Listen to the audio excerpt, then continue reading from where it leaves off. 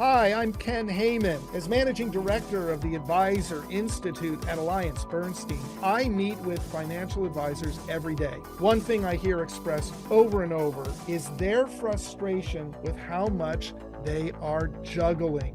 The advisors I talk to are constantly trying to balance competing priorities, from managing client relationships to prospecting for new business, and of course, the tasks of leading their team. This problem of juggling is why we created the AllianceBernstein Digital Coach. This is a proprietary tool that draws on the wisdom of behavioral economics and unique perspectives from the Advisor Institute's practice management experts. In less than 10 minutes with the Digital Coach, you will be able to identify and prioritize the top needs of your practice. And armed with those insights, you will be well on your way to tackling the challenge of limited resources while positioning your business to seize opportunities for growth.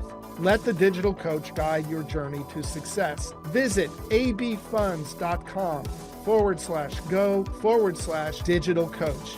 That's abfunds.com/go/digital coach.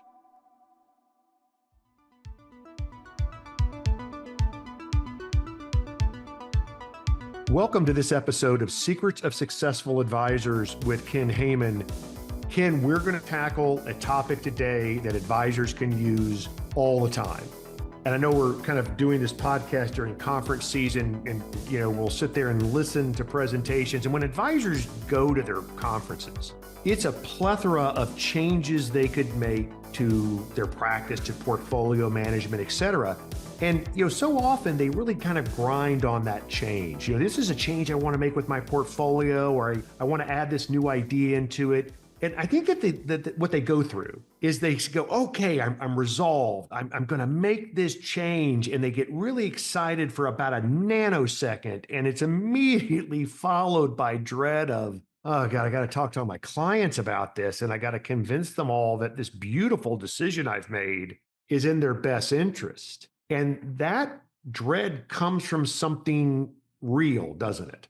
It absolutely does, Scott. I mean, the challenge for the retail financial advisor is that running the business that you built is hard. Just keeping up with yourself and the growth of your business, the needs of your clients. And everyone started at some point and started with prevailing models. They built a business model that fit for them based on what was available to them at the time. And in most cases, advisors are very much self-invented. And so they polished that model and adapted it to themselves and made it fit the way it works for them. And so they're at a very unconscious and comfortable level of the way they're delivering their services. And they have these relationships that are rewarding them, they're paying them every month or every quarter, whatever the model looks like. And as a result, there's a lot of reinforcement to keep things the way they are. Clients are happy, I'm happy, et cetera. Until, as you say, a trend emerges that's just simply much better, or adoption happens across the organizations, or their own organization, motivates them by saying, continuing the way you have been is going to be less and less productive for you. We're going to motivate you through, pain to adopt a new methodology. No matter what, as much as they're rewarded to keep things the way they've always been and prefer to keep things the way they've always been, there's going to be the need to change something. And that is going to put that human being, that advisor, into a challenging situation. And as you described accurately, the first challenge is in deciding what am I going to adopt into my business? How am I going to evolve my business model? And there's a hard work that's done there. And we've talked about that in other podcasts about how to decide what to change and what to invest in changing. But then there's the challenge of, okay, if I've made a change in the business model that I have to engage my clients about, how in the world do I engage my clients about it? And here's the rub there. The client didn't come to you and say, hey, I want to make this change. I'd like to do this differently with you. The client has been getting value and has been recognizing the value, compensating you for value. They're in a flow and in a set of assumptions that works for them. Everything's very copacetic. And even though maybe significantly better way to do something. The client's not aware of it. So the whole challenge now becomes, how do we drive, even when it's of incredible benefit to the client, how do we engage the client in such a way that opens the door for a constructive, positive, and relationship enhancing conversation, as opposed to something that's stressful for both sides of the advisor and the client relationship. So this is where I want you to go next, Ken, because I know this is one of those areas where the instinct and the enthusiasm of the advisor can lead them astray, because the advisor makes this, this decision. It's like, oh, I'm going to add this to the portfolio, or I'm going to try this new product technology, whatever it happens to be, right? And so they want to carry that enthusiasm over to the conversation of the client. Oh, I found this great new thing.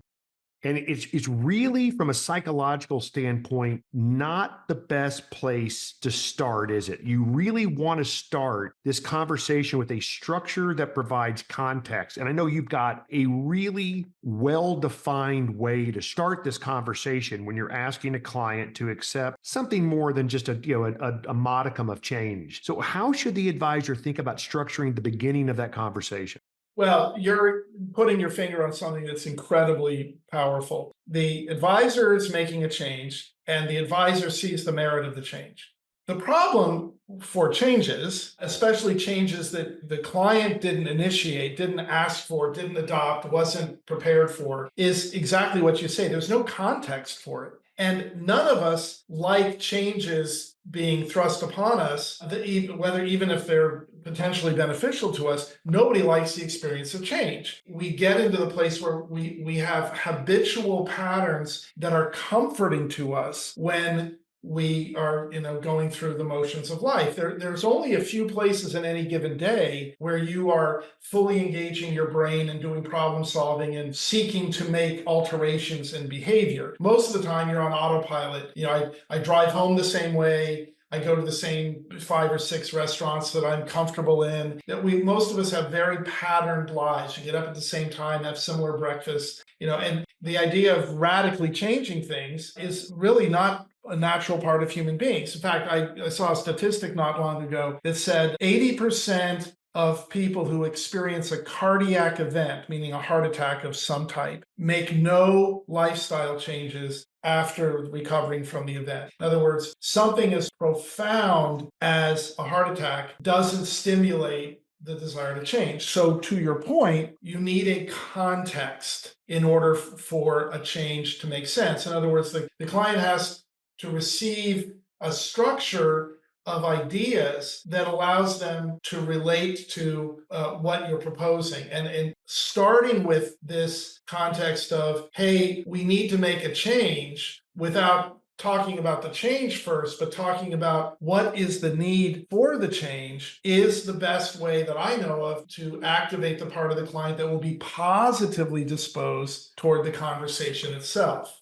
If you're thinking about it, so we don't want to just jump at them with all this enthusiasm and this, I found something, because we got to remember the client wasn't at the conference, where the light bulb went off for you, or they weren't doing the research that you were doing when the light bulb went off for you. They didn't see that. So we don't want to start with I've got this great new idea. We want to start with a different kind of a structure that helps the client gently warm up to the idea, where they can almost ask the advisor. So if you were going to get this into a tactical format, how would you start that conversation?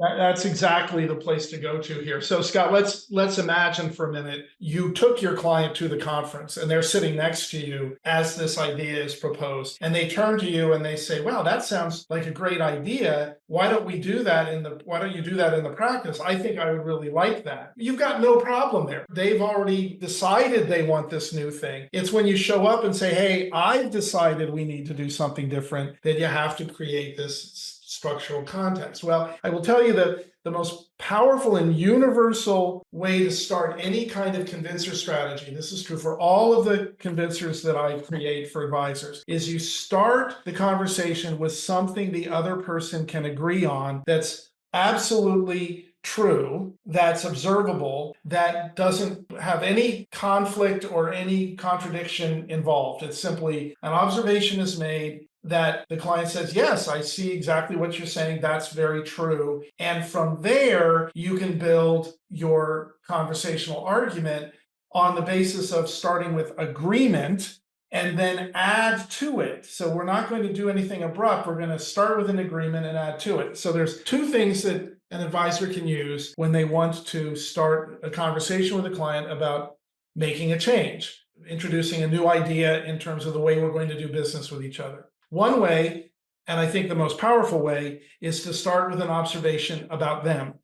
And one of the observations that's universal for all human beings is that all humans are living from a known past through the present moment into an unknown future. And that observation is powerful because all human beings are living their lives through chapters. And I've observed this in other contexts in our podcast, but reviewing this briefly is really important here. You know, when you were a little kid, you went to kindergarten, and then you graduated kindergarten and you went to elementary school, and then you graduated elementary school and you went to secondary, and then you went to college, and then you started your job, and then you started and you got engaged, and then you got married, and then you had kids, and then you started at this company, went to this company, your life is lived in a series of chapters. Some chapters are short. Most chapters consume duration. College was 4 years, graduate school was 2 years, and we were engaged for 2 years, we've been married for 10 years. We measure these things. And what is happening then for every human being then is this experience of evolving and developing and moving from chapter to chapter is built into our experience of life. So an advisor can always say to a client, you're in or approaching a new stage in life. That observation is never refutable. So you're in your 60s and the next big thing is retirement. Well, it may not be for another 2 or 3 years, but it's a true observation no one will argue with you about. Or you turn 50, you're no longer in your 40s, now you're in your 50s. And what you can do with this is magical because you can use that reference point to say, you're in a new stage of life, and that new stage of life has implications that we need to talk about.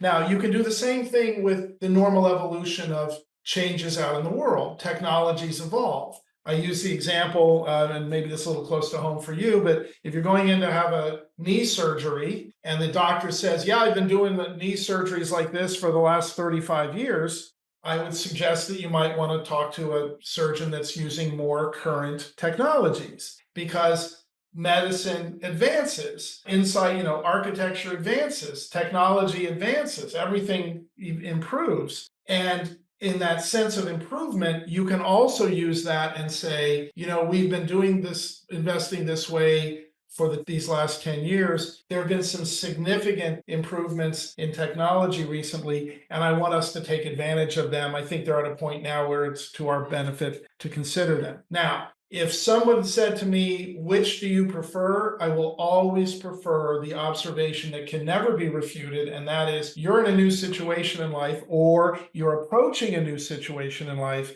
and in that new situation in life, we have to do some things differently. I've taught this strategy to literally hundreds of advisors. This is a powerful way for the client to say, oh, you're right. I did turn 50, no argument. Or I'm going to turn 60, no argument. Or I did have my first grandchild, no argument. And you say there's some implications of that. That person now isn't pushing it away. They're in agreement with you from the start. And now you can educate them about those implications, which is additive. We're not changing something. We're adding something to the conversation. Well, it strikes me that either approach accomplishes the exact same thing, because what you're trying to avoid is what I've always thought of as a toxic comparison. Well, here's this great new idea. I'm really excited about it. Well, Ken, how does that vary from what I have today? And now all of a sudden, something has to be right and something has to be wrong. And even if they agree to the new thing, they're doing it at the expense of what you had suggested before. And if you're doing it with the, hey, you're in a new stage of life, well, what I'm going to interpret from that is what I was doing was appropriate for the old stage of life. And now that I'm going into this new area, I need new things. And if it's that the world has changed, right? The markets have changed, the technology has changed, whatever it is, then what we were doing was appropriate in the old world, but that world has changed. Both of these things clients are well aware of. It is literally how they experience life. So if you set the context in a way that doesn't cause them to make a comparative choice, so it's like, oh, okay, well, if I'm in a new phase, Ken, what do I do about it? You've also got some direction or some thoughts about how you can move through that. Give advisors thought about how to implement that part of it. Well, to your point, having set that context, you now open the conversation up to be able to explore ideas, and you are being given this authority, this knowledge by the client by virtue of what you observe to them and say, well, look, you're now in your 50s. We've worked with a lot of people who've made the same transition you have. We have some experience with this, but here's the other thing, Scott. You've never been here before. And as you know from your previous life experiences, when you change into a new life situation, there's some things you have to learn. And the best way to learn them is to borrow from other people's experience. And so what we begin to say is, okay, now let's talk about the consequences of being in this new life stage. There's some implications here. Now, for financial advisors, one of the most important implications is the concept of complexity. And one of the wonderful things about being in financial services and the psychology around this issue, as you've kind of brought to our attention here, is this idea of the development or the evolution of complexity. If someone is engaging a financial advisor, they're intentionally trying to accumulate wealth. They're trying to reduce their risk, increase their confidence in the future, and they want to do so by creating more money. So they're going to save, invest, put more money in, see a return on their investment. By definition, that's going to mean their financial structure is going to get bigger. And when the financial structure gets bigger, it gets more complicated. And as it gets more complicated, it makes perfect sense for the advisor to say, well, now we're in this new stage of life. We're in this new level of complexity. There's some new things we need to do. And again, I use the example, my grandson is turning 2 in about a week and a half. And this idea of having a grandson was a completely new and novel experience for me. My financial advisor is going to sit down with me and say, okay, now you have this grandson. There's a whole host of things you can do and maybe should do because you've had this change in your life. That's exactly what a financial advisor should be doing. And an advisor can do it at all these previous stages by saying to the other person, look, here are the implications. Another way of looking at it is people in their 30s have the good fortune and the benefit of a long time in front of them before they have to have completed their investment task. So time is their friend. People in their 50s, by definition, don't have the same time horizon that someone in their 30s does. People in their 60s, different as well. These are obvious, observable realities, but they have implications for investment process. And so the advisor is in a position to say, look, you were in your 30s, you didn't have clarity about your career, you didn't have clarity about your family future and all that stuff. Doing some very basic things with a pretty simple financial plan, that's exactly what's suitable for you at this stage. They turn 40, now they have kids, they're married, their career track is a little different. We can see some of the resources. Now we're going to do some things differently. It's going to be more complex. You're going to need more from me. 50s, same thing. 60s, ramping up to retirement. 70s, thinking about legacy. Each step requires more, but each step is an opportunity for the advisor to improve what they're doing with the client by adding to the model, redesigning the business, engaging the client. But there is how you introduce it. You've changed, things have evolved, it's more complicated, we need to do some things differently. Let me now tell you the things we need to do differently and why. In that situation, the only thing the client's going to do is lean forward and say, well, tell me more. This is really important stuff for me. All right. What I've heard in this is that when we are thinking about these new ideas that we want to implement in the practice, we want to make a change, we should always be thinking about, yeah, but I'm going to communicate this change to my client base. And when communicating this to the client base, though our enthusiasm is necessary because it helped us come to the conclusion, it's not what we lead with. We've got to validate that the client was in one spot and now they're in another, and their implications for that new spot, right? Or the world was in a spot and it is now changed and there are implications for that. And if you will set that context, the client almost then wants to ask you, well, what do I do about it? What do I do about this new condition I'm in? And now your thought process is ready to be presented, right? About, okay, now your enthusiasm and all your due diligence that you've gone through, now you're ready to present that to the client. It makes perfect sense. Exactly. And the idea here, and you use a really important phrase as you concluded that paragraph, it makes sense. See, for the communication process to work, it obviously has to make cognitive or logical sense. If you're making a proposal to change a business process, it has to make logical problem solving sense. Here's what we're going to do. Here's why we're going to do it. But it also has to make emotional sense. Remember, the client didn't ask for this change. They're at least somewhat, and in some cases, significantly emotionally invested in the way we've been doing it. They've been working with you for 10 or 15 years. It's worked. They've paid you happily for the services they've received. They're habituated to it, maybe even a little bit addicted to it. They feel confident in it. And for you to come along and say, hey, I'm making a change, if the implication is I'm making this change because I think we should do this, there's no emotional connection there. There's no emotional sense. Now, if you put it in this context, you've changed, Mr. and Ms. Client. The way we've been doing things worked really well. Now we need to add some new things because you're in a new situation in life. That makes emotional sense too, because they've done it in so many other places. And now what you can do is move forward with the rational, making sense part of here's what we need to do next. And not, hey, I'd like to propose this. What do you think? Because if the idea here is you're convicted of the necessity